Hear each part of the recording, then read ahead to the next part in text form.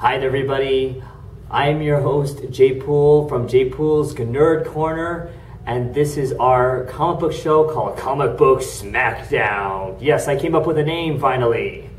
It only took me a week. And I'm also here with my co-host Sandra Lee. Hello, again. And we are here once again at Jesse James Comics to review 2 comic books this week. And we will once again be reviewing a Marvel comic book. Ooh. Yes, and a DC New 52 comic book. Ooh. No, yeah, well, you just saw her reaction to that comic, so we'll get to that last. So, yay! So we're gonna start with Spider-Man 2099, number 1, issue Numero uno. Yes, this is by Peter David. Yes. Is he a big deal? Yes. You met Peter David before, right? You came to Phoenix Comic Con. Oh, anyway, he's a huge name in comic books, and if I remember correctly, also the original writer of Spider-Man 2099. Ah. I believe so. If I remember correctly. I own number 1 and I haven't read it in years. So if I remember correctly, yeah, I believe he is the original writer. But okay, so we start off with sort of a little bit of an introduction, which I like when Marvel comic books do that. Or in general, just any comic book doing that, because for people who haven't read Spider-Man 2099, well, it's not Peter Parker, because it's almost 100 years afterwards. It's like, you got yourself like an old Peter Parker. Yeah, I don't even think he'd be alive around that time. Oh yeah. They introduce Miguel O'Hara. If you're a big fan of Spider-Man 2099, then you know who he is.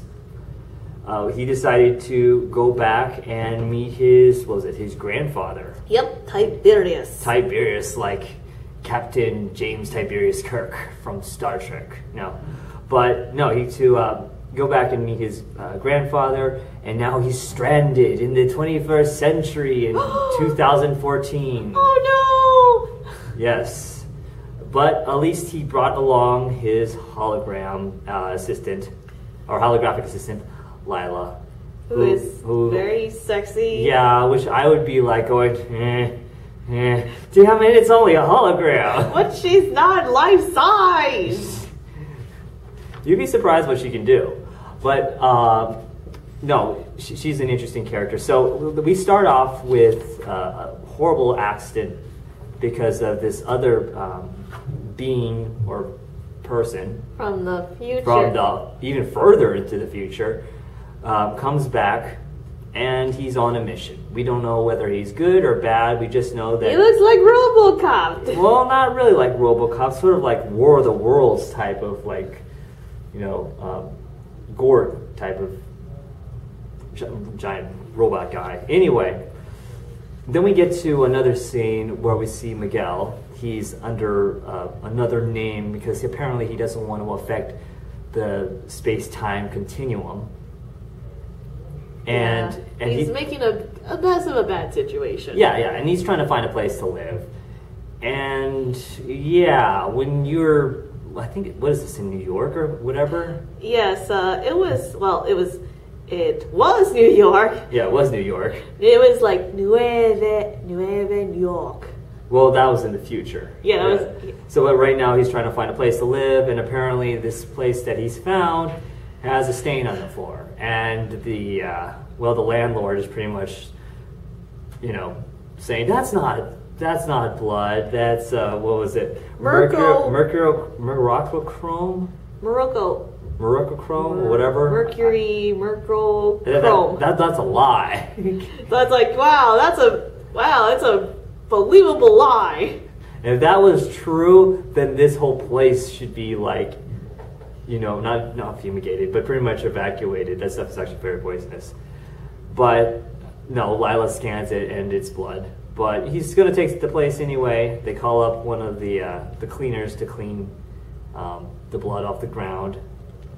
And it's somebody he's already met before. Anyway, so we get to another scene where Miguel, who goes by the name Mike now. Tries to be... Yeah, he's just a low profile. He works at this place called Alchemax, where his grandfather works at. And this guy that's he does, at this time, he does look like RoboCop at this point. But he still does have that War of the Worlds type of robot look to him. Is trying to find Miguel because he knows that Miguel has kind of screwed up the timeline already, even if he doesn't know it. Ripple effects, or quote-unquote butterfly effect. So what this guy's job is, apparently he's sort of a time cop. And he has to correct timelines. And he knows, apparently he has information on every person. Ooh, yes, like if they're married, or if they're gonna have if they're sired children. Well, if they have a record in general, apparently he's like uploaded with every bit of information. So yeah, he knows if he kills you, then you probably are not going to affect the future. But if he spares your life, you probably have something to do with like you were saying, like burying children that will affect the future. Yes, and also not only if you're going to have children, but how they're going to die. Yeah, that's kind of foreboding. You're not really supposed to do that. If his supervisor heard him actually tell the people about their future, probably lose his job. But no, he finally finds out where Miguel is. Apparently he's in the office of his grandfather. Well, hasn't told him yet, but he smashes through the walls, and his father cowardly goes into a safe room all by himself. Oh, sorry, only room for one. Only room for one. Like, but Papa, you're an asshole. No, he didn't say that, but that's like, for the love of God, there's only two seats. I'm sorry, I just need the room to rest my feet. Well, Miguel is Spider-Man. Come on, I mean, he doesn't really need that much help. There is a funny scene though where he has Lila change his clothes back into his Spider-Man costume, and then she makes a suggestion, maybe a tuxedo, which is really funny because even the villain in here is like, actually, it looks good on you. And he's like, shut up. That was actually funny. That was you kind of have to giggle at that. Yeah, and that's the moment when I realized that Lila is sort of like a sexy Jarvis. Yes. Now that's the voice I probably wanted to hear instead of. I mean, I like Paul Bettany, but I wouldn't mind a female voice. Female voices are they calm people down more than a male voice. So it's just psychologically proven. Right. Then in that case, I should do interviews with you. Aha. All right. So of course, they're finding out throughout the office, making holes in walls. And bam. And bam. He goes up into the air conditioner ventilation system. Ends up dropping in on this woman. What's her name? Her name Liz is Allen. Liz Allen. Yeah. It's like, how have I heard that name? And she doesn't really know who he is, but she's actually kind of smarter than she looks. Not because she's blonde, but, well, maybe it's because she's blonde. I don't know. Maybe I stereotyping people again. Yeah, and keep in mind, right now, there are two Spider-Mans. Yes. This Spider-Man and the one that's like, and Peter Parker. Yes. So, when he says he's Spider-Man, people are like, Spider-Man doesn't wear blue and red and that weird-looking suit with spikes on your arms. So no one in this, at least, century has seen Spider-Man 2099 before. Yes, and she says, like, you're not Spider-Man. The Spider-Man I know is so, cracks jokes. It's like, and then Miguel says, okay, here's a joke. A priest, a nun, and a rabbi walk into a bar. That's funny. So we get down to a point where the person from, what was it called? I forgot where the time cop? Yeah, what's Totem. Totem, yeah, that's what it's called. It's technically, like I said, sort of like Time Cop. It's an organization that takes place in the future that goes back in time and tries to stop paradoxes from happening from people traveling back in time, because apparently it's illegal if you're not part of this totem group. And he, you know, he tries to correct the past by trying to destroy Miguel, because he wasn't really supposed to be back in the past. So there's something that happens near the end of here that we're not really going to spoil, because I think we spoiled quite a bit in here already. Yes. Also a lot of the funny parts too. But it'll be interesting seeing how he interacts with the rest of the, you know, quote unquote present world, at least for us, because, you know, he's so used to, you know, the more, well, what considered present to him is future for us, and to see how he can survive in this world. So I'm looking forward to that. And this is, I'm thinking I'm going to actually put this in my box, because I'm a huge Spider-Man fan. I was a huge Spider-Man 2099 fan. So I definitely recommend this. This is, like I said, this is done by Peter David, and the art is by Will Sliney, I believe. And color artist Antonio Fabela. Yeah, and let's see, cover by Simone Bianchi, I believe. Mm-hmm. Yeah, I enjoy this, like I said, and before we give our rating, I want to hear your thoughts on this. I think I get all my thoughts during the review, because I like the humor in this. I mean, it's a look, and I like the character of Miguel. I mean, it's you can tell it's different from Peter Parker, and also it's a time traveler story in the Marvel universe. It's something we've seen before, but it's like a interesting way of doing things. Yeah, but I'm curious to see what I'm curious what's going to happen. I wouldn't kick it out of bed for eating crackers. So in that case, I give my. Is it a good time to give my rating? You can give your rating. I'll give my rating. 3.5. 3.5 out of 5. Sexy holograms. You know, give us some room to improve. Yeah. Well, I will give it 4 out of 5 time cops, because I enjoyed this comic book, and compared to the next one we're going to review, it's way above what. Yeah. We apologize to the writer of our next comic book that we're going to be reviewing. So, like I said, I give it Spider-Man 2099, issue number 1, 4 out of 5. And you can go and you can purchase it at your local comic book shop. It's $3.99. Ooh. Yes. So get it now, otherwise it will be gone. But this will probably be posted like in a couple days. So hopefully it'll still be on the shelves. All right. So our next comic is a DC New 52 comic, and it's either could be good or bad. But if you saw our reactions earlier, then it might be bad. So, let's get into issue number 1 of Grayson by writer Tim Seeley. And if you know who Dick Grayson is, then, well... Just skip the first page. He's Robin. And now he's Agent 37. And now... Yay.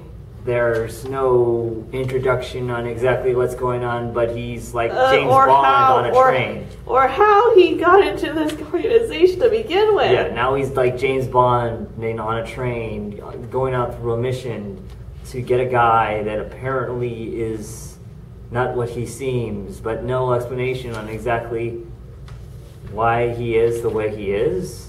We mostly commented on the ads then. Yeah, we mostly commented on the ads, and then we introduced to this colorful.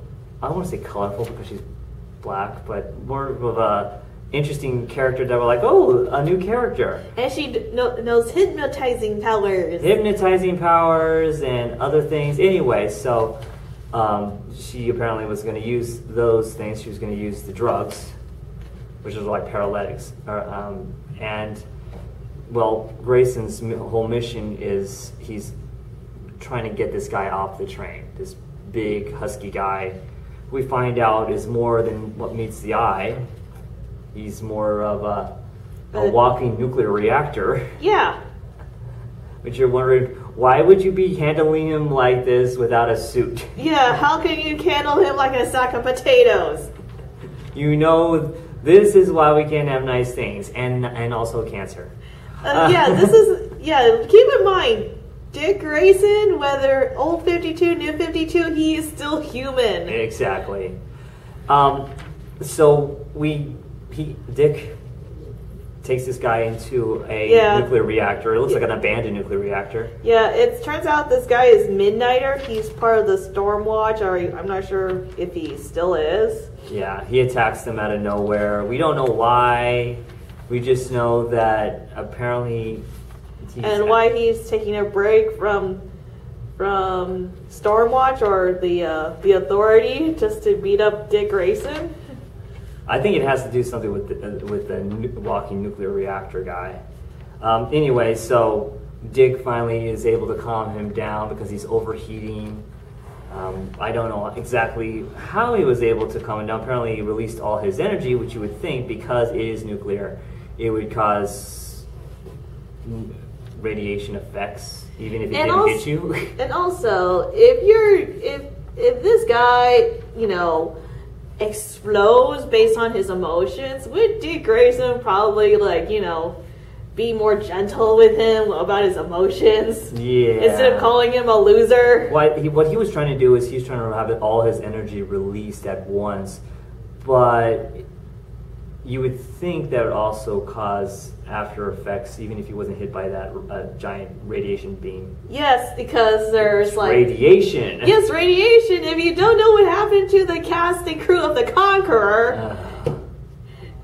Yeah, okay, so anyway, we get back to apparently the people in charge of this organization that Dick now, I guess, is hired to be on. And we find out the identity of the black woman. Sorry, people, I know it's a little PC for me to call her the black woman. I could say African American or she looks slightly brown. She looks like Raina from Agents of S.H.I.E.L.D. Yeah, she kind of does. Or I was, when I saw her, I was thinking she was a different version of what's her name, Amanda Waller. That's what I thought she was when I first saw her. Maybe I'm just nitpicking because of this. Black people in DC. Well, I don't know. She's not. Well, this person's not in your face, but here is the kicker about this one particular person. Okay, so they say the name on who she is, and it's Helena Bertinelli. What? Yeah, what? The Helena Bertinelli. Okay. I mean, I'm not saying that there aren't any black Italians out there. Wait, the last time I saw Helena Bertinelli, she was white. Yes, or Caucasian. Because the cover of the Huntress, especially the New 52, it's white. I mean, maybe there's an explanation. We still weren't given much of a background to this character. I seriously thought it was like one of those hologram disguises. Yeah, all of a sudden, poof, that's what click, oh, look, it's me. Yeah, so I don't know what they're doing here. I don't know if this is like a new incarnation of Helena Bertinelli, but that's all we know is that's her name. And apparently she has a relationship with Dick. And apparently this organization also is more than meets the eye itself. They collect heads. Well, that's kind of giving away a big. I don't really care. Yeah. So my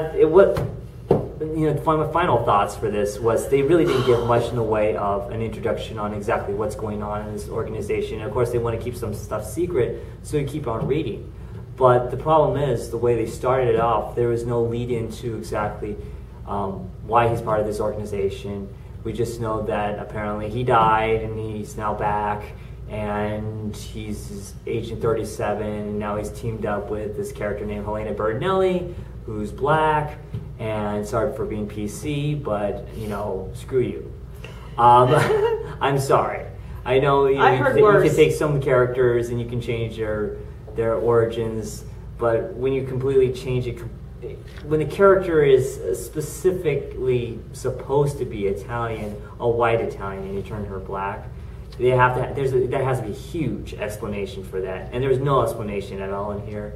I want to hear your thoughts. I like the art in here and everything, but it's a given when it comes to DC. I mean, to DC. Well, I mean, not all of DC is good art, but I enjoy this.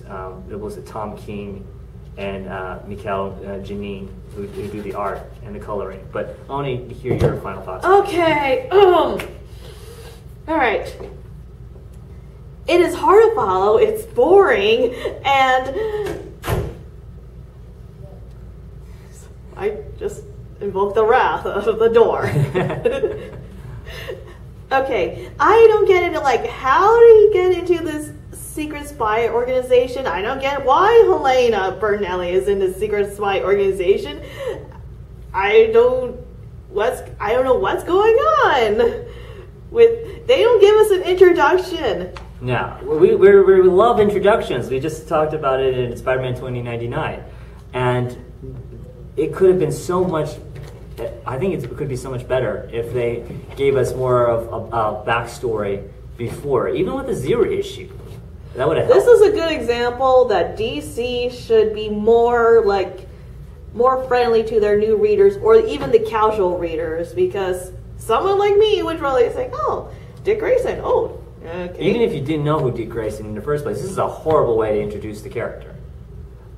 So I was going to give it my lowest rating, but I'm one step ahead because I love the art in here, and I do like the writer, which I'm kind of shocked that he would write something like this. So I apologize to Tim Seeley because I do want to interview you one day, but I have to give this a 2 out of 5 disappointing Robins.